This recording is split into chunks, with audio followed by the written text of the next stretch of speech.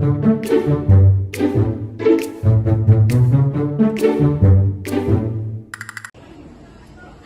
my name is FARAH with Diploma RAHMAT, and my measure number is 2024, 405, and 206. Assalamualaikum, my name is IMAN binti SAMSUL from AM1102D, and my matrix number is 2024807306. Assalamualaikum, my name is NADHRAH binti KAMARUL. My matrix number is 2024295142.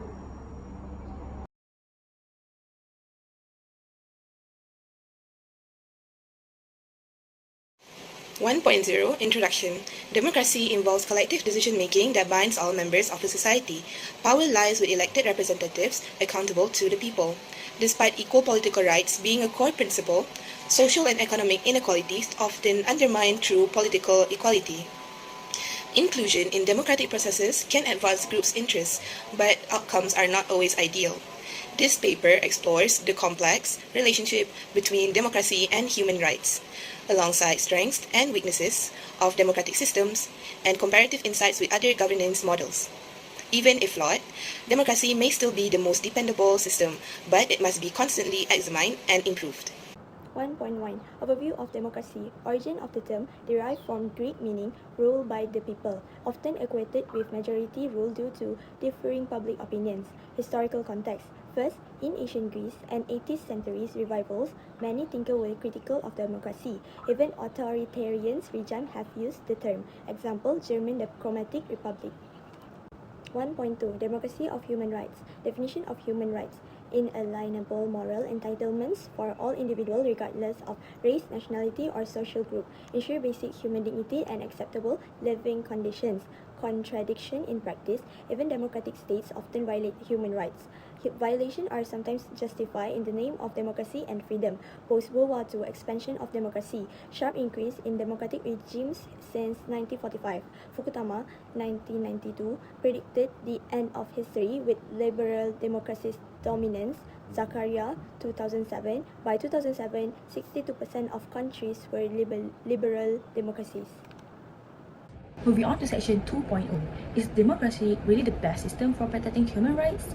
Most people would say yes, and it's easy to understand why. Democracy emphasizes public participation, holds leaders accountable, and upholds the rule of law. These principles provide real, functional structure that protect fundamental freedoms and human dignity.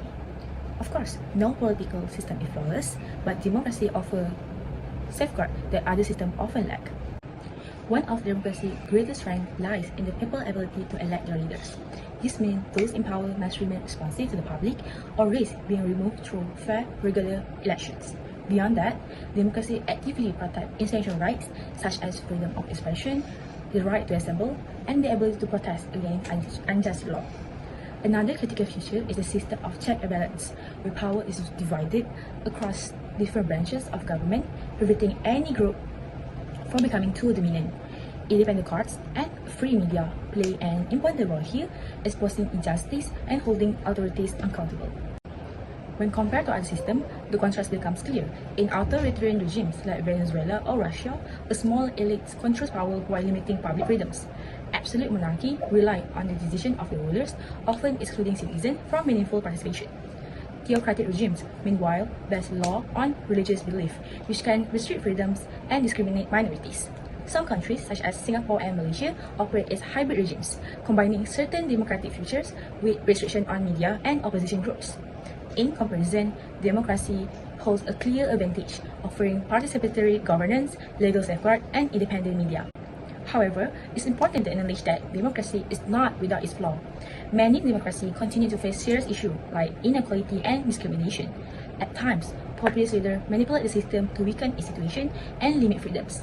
This means that a democracy's success in protecting human rights ultimately depends on the strength of its institutions and the continued engagement of its citizens.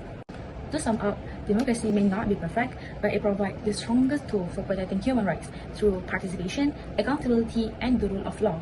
It faces real challenges, but also offers hope for addressing them. 3.0 Challenges and Struggles of Democracy. 3.1 Inequality. Defining and understanding political inequality. Political inequality equals to unequal influence over decisions and outcomes. In theory, all citizens have equal access and representation. In practice, inequality affects democratic attitudes, trust, and engagement. Inequality affects democracy by shaping key political attitudes.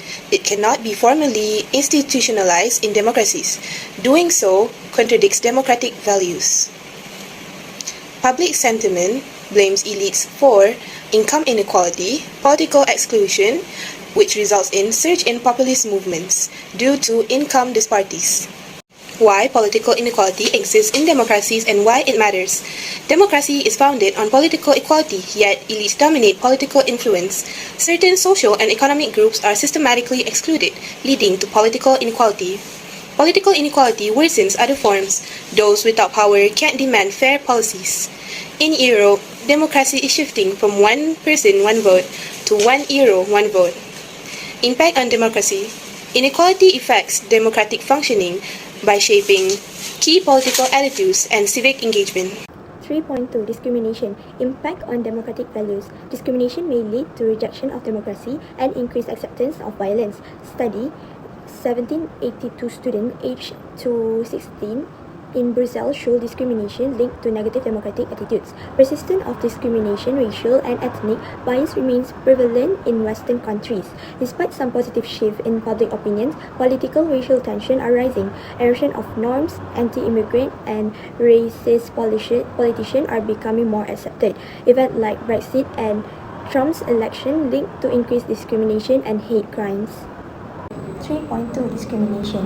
Political participation discrimination can increase political engagement, but effects vary by group identity, source of discrimination. Types of political activity. Negative effect on minorities, immigrants, especially Muslims, often face discrimination. Consequences: poor health, lower life satisfaction, and social or political withdrawal. Types of discrimination. Personal discrimination versus group-level grievance. Group grievance may spur collective action. Personal discrimination often leads to direct political response. Social and political risk. Discrimination can fuel violence and anti-system attitudes, rejection of representative democracy, political alienation, and social polarization. Now, let's move to the third major challenge in democracy, which is political repression. This refers to the systematic violation of civil liberties, including acts such as torture, unfair detention, and political killings. While many people associate these abuses with authoritarian governments, they can, unfortunately, happen within the democratic system as well, particularly in countries where institutions are weak or unstable. Political repression tends to increase when leaders feel their power or public order is under threat. In this situation, government may resort to harsh measures in an attempt to maintain control. Generally, full democracy experiences much lower level of repression. This is because legitimate outlets for public dissent, like regular elections, independent courts, and a free media, allow citizens to express grievance and demand accountability without resorting to violence or unrest.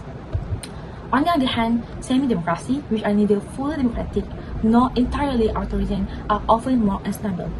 In this system, leaders frequently respond to opposition with harsh actions, including arrest, censorship, and restriction on civil liberties.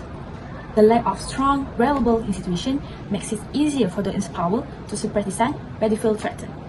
According to research by Reagan and Henderson in 2002, political repression is not exclusive to authoritarian regimes. In fact, their study found that semi-democracy, countries that fall somewhere between full democracy and autocracy, are actually more prone to repression than either of the two.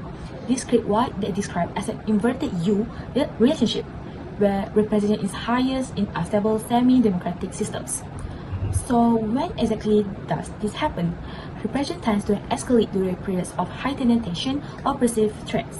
For example, during terrorism threats, large-scale protests, or critical election periods. Leaders in this unstable system may feel pressure to maintain control, often resulting to arrest, censorship, or even violence.